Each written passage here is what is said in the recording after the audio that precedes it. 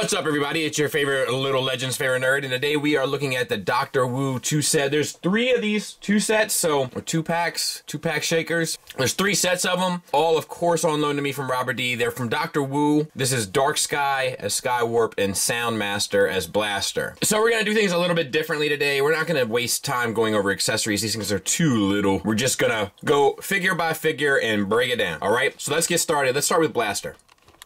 So here's Blaster. And he's actually surprisingly well decoed. We have some red plastic, but it blends in fairly well with the red paint that's on top of the gray. We have some gray details there as well. We have this little bit up there. The metallic blue on top of the yellow looks sharp. I don't know. I don't have any real issues about this. I think it does the job. It's, you know, it looks the part. What more do you want, right? I mean, aside, of course, from seeing him with Tiger Tracks. Wasn't there an episode where Blaster was, like, being carried around on a car or something? Like, this might be a good Blaster for that if you had any plans on kind of redoing, you know, or representing that scene with a masterpiece, you know? It kind of scales right for it. Let's get him transformed. So, we're going to flip out the...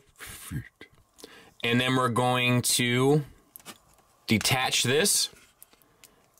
And we're going to flip the lower legs down.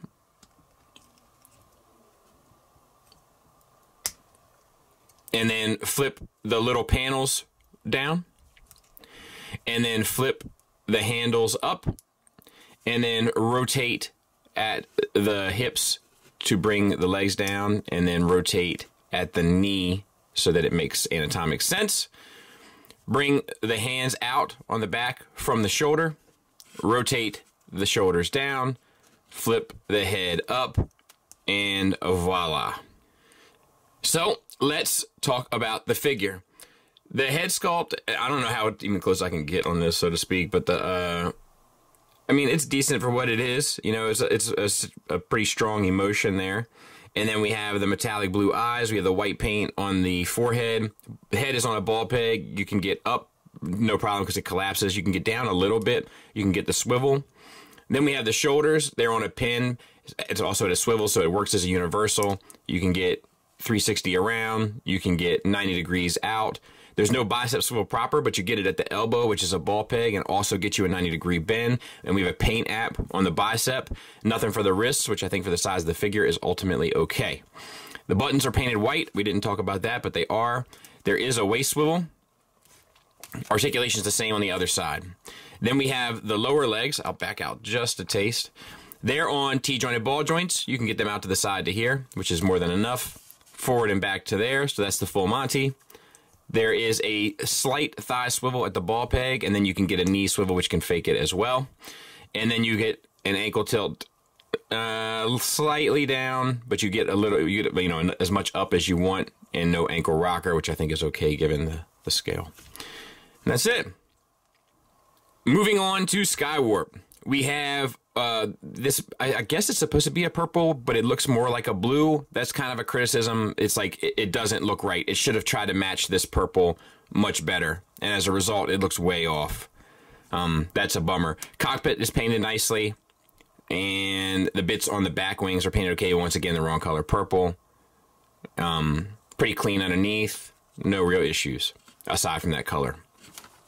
And there it is next to Tiger Tracks. So, I'm going to give this a whirl. I'm not really sure what I'm doing. I'm just going to start bending things. So these unlock the arms. So there's that. And then, let's see. Will this detach? Alright, we'll bring this down. And this down. This flap comes down. This is going to kind of come through here, like similar to the G1 toy. Flip the torso around, and then you can angle this back, and you can kind of have this, I guess, any way you really want it. Then we're going to bring the chest pieces out, and then this whole section is going to spin around.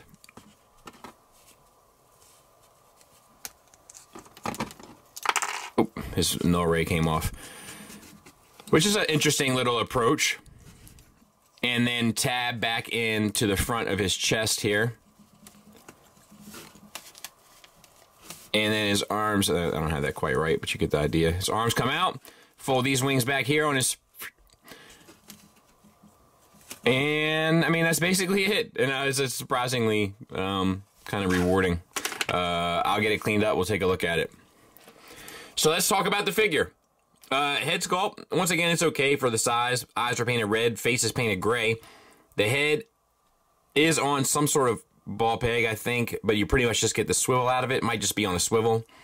Then we have the torso, silver paint on the chest, and then the cockpit is painted as well. No waist swivel because of the transformation. So in many ways, it's similar to the Masterpiece in that regard, I guess. And then we had the shoulders on a ball peg that gets you up to just shy of 90 degrees. Maybe it's very, very close. The wings do angle back. That'll get you the arm around until it bumps into the wing. Shoulders are the same as blasters with a ball peg for the elbow that gets you the bicep swivel as well, and a little past 90 degrees. Same for the other side. T-jointed ball joints for hips get you out to there. Forward and back to there, and the knee, it gets you a 90-degree bend. Did I do blaster's knee? Let's do that real quick. 90 degrees also. Sorry for the focusing there. And then nothing for an ankle tilt up, nothing really for an ankle tilt down, and nothing for a rocker. So, you know, a little limited, but little figure. Size comparison-wise, there it is with our usual suspects, the old-school Iron Factory scale blaster, as well as the Stunticon Legends figure. So they're small. There it is with Iron Factory Tarn, New Age Megatron, New Age Optimus, and you know what? Let's just go ahead and throw Magic Square Optimus in as well, just so you can get an idea. I think these might work well with like a Unicron display, you know, if you were thinking about it. Specifically, like if they did a Galvatron or something, which they may have already done, my memory's awful. You know, have him like holding the Galvatron would probably look pretty cool. Final thoughts-wise, let's start with the negatives. They're very few for what these guys actually are. I wish that Blaster came with a gun, with a blaster, maybe, you might say. And I wish that the Skywarp color on the wings were more of a purple and less of a blue. And they're not totally blue either. They're like some sort of blend, like on the scale between blue and purple, but they're closer on the blue side. And I wish they were closer on the purple side. And if I had to get nitpicky, you know, you could have done wrist swivels here. They're very small, and I get it. And you could have probably figured out something for ankle rockers here. And once again, very small, and I get it. But I think it was possible to do. They just didn't, which is okay, but it would have helped them be even better.